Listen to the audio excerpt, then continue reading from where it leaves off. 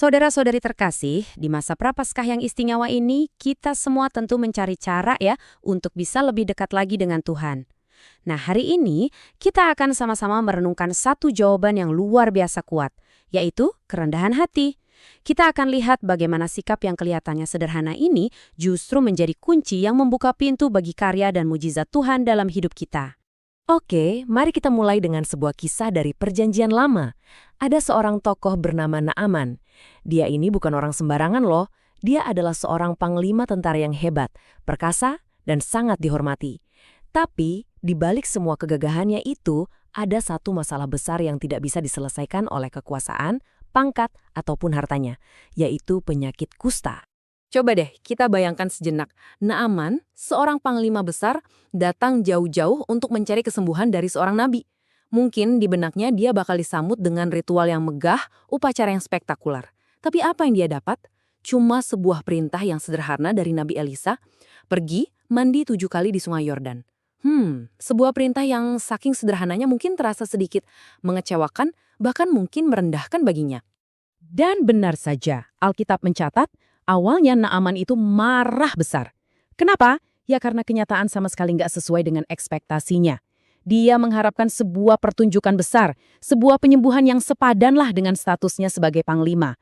Tapi yang Tuhan minta dari dia ternyata hanyalah sebuah tindakan ketaatan yang sangat-sangat sederhana. Tapi disinilah letak keajaibannya. Ketika para pegawainya menasihatinya, dan akhirnya Naaman mau melepaskan harga dirinya, merendahkan hatinya, dan taat, kesembuhan itu terjadi, sempurna. Dan ini pelajaran pertama yang luar biasa untuk kita. Tuhan itu seringkali bekerja bukan lewat hal-hal besar yang kita harapkan, tapi justru melalui tindakan-tindakan ketaatan yang kecil dan sederhana. Hal yang mungkin di mata dunia itu sepele, tapi di mata Tuhan sangat berharga. Nah, sekarang mari kita lihat sisi sebaliknya. Kalau tadi kita melihat kerendahan hati Naaman yang membuka jalan mujizat, sekarang kita beralih ke Injil, ke sebuah kisah di mana Yesus mengunjungi kampung halamannya sendiri di Nazaret. Ironis sekali ya, Yesus yang adalah sumber segala mujizat pulang ke kampung halamannya. Ia siap untuk mencurahkan rahmat dan melakukan karya-karya besar. Tapi apa yang terjadi? Ia justru ditolak. Bukan oleh orang asing, tapi oleh orang-orang yang kenal dia sejak kecil, yang tumbuh besar bersamanya. Jadi, pertanyaannya, kenapa? Apa sih yang menjadi penghalang di hati mereka? Mengapa mereka sampai bisa menutup hati mereka terhadap hadirat Tuhan yang ada persis di depan mata mereka? Jawabannya adalah kesombongan. Sebuah kesombongan yang unik yang lahir dari rasa sudah kenal. Ini kan cuma anaknya Yusuf, si tukang kayu. Keakraban mereka justru melahirkan sikap meremehkan. Prasangka mereka telah membutakan mata hati mereka dari kemungkinan bahwa Tuhan bisa bekerja melalui orang yang biasa yang mereka kenal sehari-hari. Oke, jadi kalau kesombongan karena merasa sudah kenal itu bisa menutup hati kita, lalu apa dong kunci yang bisa membuka pintu rahmat Tuhan lebar-lebar?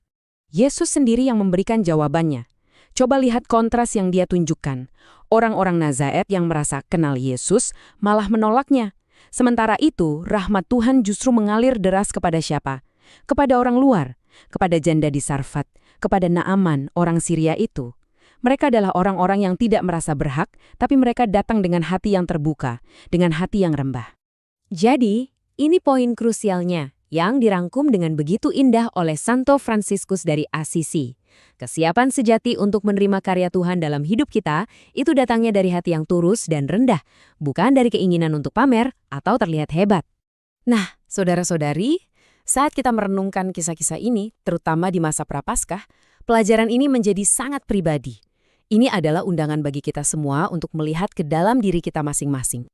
Coba kita jujur pada diri kita sendiri sejenak. Pernahkah kita berdoa, memohon jawaban dari Tuhan, tapi kemudian kita menolak jawaban itu hanya karena caranya tidak sesuai dengan skenario di kepala kita? Mungkin kita mengharapkan sebuah sungai besar, padahal Tuhan hanya meminta kita untuk mandi di Sungai Yordan yang sederhana. Atau mungkin seperti orang-orang Nazaret, kita sering merasa paling tahu, sehingga kita menutup telinga dari nasihat, masukan, atau bahkan hikmat yang mungkin Tuhan kirimkan melalui pasangan kita, teman kita, atau orang-orang yang tidak kita duga sama sekali. Apakah kita cukup rendah hati untuk mendengar? Pertanyaan ini bukan untuk dijawab dengan muluk-muluk, Cukup satu langkah kecil saja. Mungkin langkah itu adalah dengan tulus meminta maaf. Atau mungkin dengan mau mendengarkan nasihat orang lain. Atau bisa jadi sesederhana melayani orang lain tanpa pamrih. Apa langkah kecil kerendahan hati Anda di masa Prapaskah ini? Untuk menutup perenungan kita hari ini, mari kita satukan hati dan pikiran kita dalam doa singkat ini. Biarkan doa ini menjadi doa kita bersama.